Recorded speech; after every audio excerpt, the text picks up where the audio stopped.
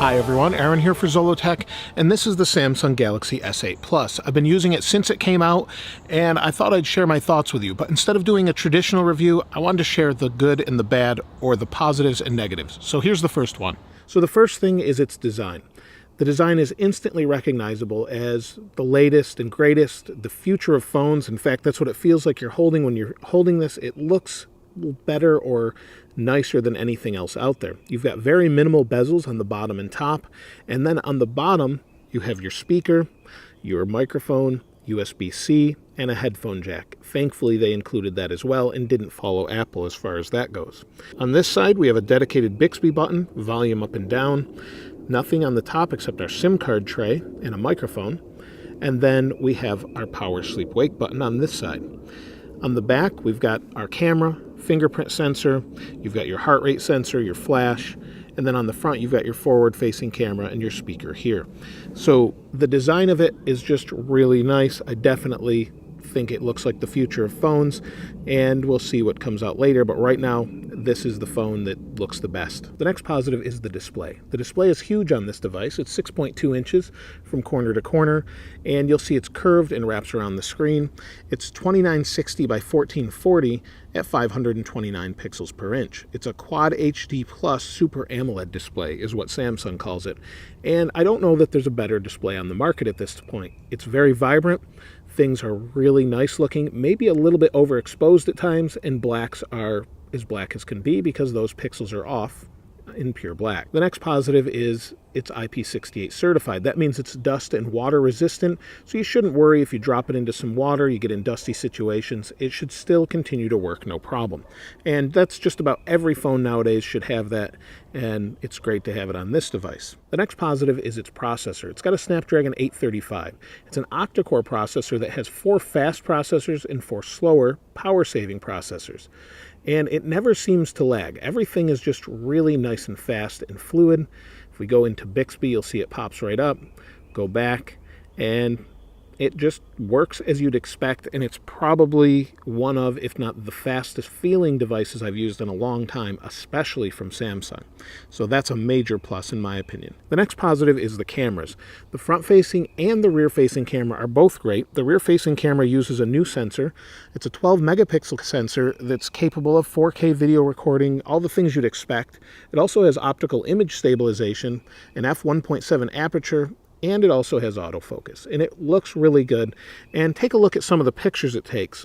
They're very nice and vibrant. They look great, and stacked against others, you may see some that are better. In fact, I like the Pixel as far as the quality of the pictures a little bit better. I find the Galaxy S8 is a little bit overexposed, or maybe not as sharp in certain situations, but if it stands on its own and you're not comparing it to something else, they're going to look great no matter what. Now the forward-facing camera is also great as well. It's an 8-megapixel, 1.7 aperture, and they've recognized that people take a lot of selfies and you want things to look good. We'll turn it on here and you'll see we'll flip the camera around and you'll see we can put things on our face. So if we hit this little button here, maybe we could do any one of these. Let's go back over here, put a space helmet on. You'll see it finds my face and draws this helmet on me, and it looks pretty good and works pretty good. We'll do one more, and you'll see if I open my mouth, it does some goofy effects. One more. So it's goofy, but it works well, and both cameras work really well. And all of those effects are just fun to play with, and of course they work in Snapchat and different applications as well. The next positive is Samsung has not over-Samsungized this phone. It's pretty close to stock Android. The menus look pretty good.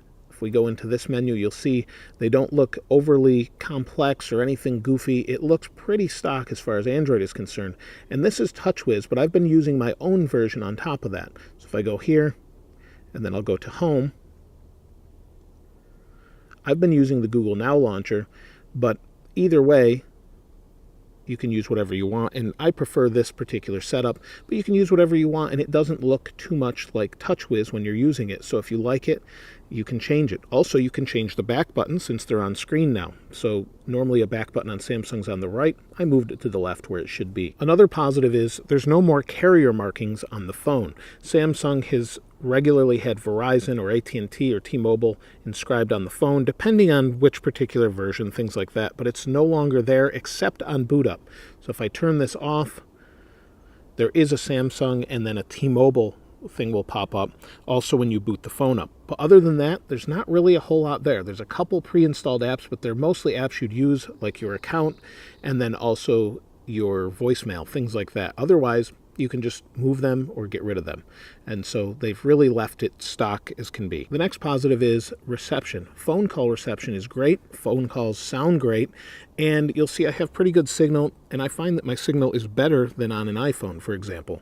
It really has a great antenna, and I think that's because it's glass front and back. The final positive I have is its charging speed. It charges really, really fast. Now you can use the Samsung Quick Charge disc here. You set this off to the side, put this in here. You'll see it will charge, and it works great. It charges quickly, but probably twice as slow as if you plug it into the wall. So maybe you're down to 50%, you need another 50% as quick as can be. Just plug it in to the wall and you'll probably have that 50% in another 30 minutes or so. It's really quick and you don't have to wait around very long to actually have it charge. Now let's move on to the negatives. The first negative is that the price is really expensive. This is now an iPhone price device. This is $850 for this device with 64 gigabytes of internal storage. It does have external storage you can use micro SD for, but it's a really expensive price. The lowest priced one is closer to $700 for the smaller size, so you're going to pay a lot for it. Now there are carrier deals and things like that, but it's just an expensive device. But it is also a premium device, and I think it's justifiably the same price as an iPhone because it does so much. The next negative is it's very slippery. That's mostly due to its construction of glass front and back, and kind of to be expected, and most people will use a case, but it's so slippery that when I put it on my nightstand at night to charge, I had it laying on an iPad Pro smart cover just to give it a little bit of extra grip, and I found it on the floor in the morning. So it's definitely recommended to get a case, especially if you drop your phone a lot. It feels good in the hand and it doesn't feel slippery when it's in your hand because of the glass. Your fingers kind of stick to it. Other than that though, in everyday use where you're setting it, it's going to slide all over. The third negative is the speaker. It only has one, and unlike the Nexus 6P, I know the Pixel doesn't have one, but I loved when we had dual front-facing speakers, and it may be a little bit harder with this design. The speaker is nice and loud and it works okay, but in general, it's just one small speaker, and it gets loud, but not really as good as if you had dual speakers. It is clear, though, and you can hear what's coming out of it, so that's pretty good. The fourth negative is you have to wait for Samsung updates. You don't get updates as you do with a Nexus or an iPhone where they come out regularly. You have to wait for Samsung to push them through the carrier. Now, that said, this has already gotten 1 to 2 updates on T-Mobile for different security or issues they were having with it. I haven't really had any issues, but there were those updates. So that may or may not be a negative, I'm not sure. The last negative, and there really aren't too many negatives about this device, is the battery. It's a 3500 milliamp hour battery, and as big as that is, it still wasn't giving me great screen on time. Let me go into the battery to show you. Now here's Samsung's battery manager, and you'll see it says 48 hours left. That's not exactly true. If I go into the battery itself, to battery usage, and then go to screen right now I've got 4 minutes of screen on time. Now what I've been finding is, and it's recently been charged, but what I've been finding is screen on time is usually 3 to 4 hours with this device. Standby is great. You could leave this for days with nothing going on. But if you're using it, you're going to have to charge it at the end of the day. And that's not unusual for a large smartphone, but maybe I have a lot going on. I've tried some different things and still pretty much get 3 to 4 hours screen on time.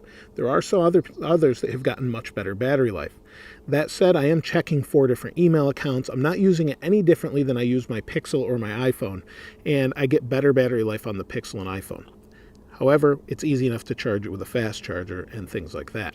So that's it for the S8 Plus. I didn't mention the fingerprint reader as a negative because it's really not an issue for me. I can just feel where it is and turn it on. It's going to be different for different people, but let me know your thoughts in the comments below. If you have any other negatives or positives, let us know there as well. If you haven't subscribed already, please subscribe and like. As always, thanks for watching. This is Aaron. I'll see you next time.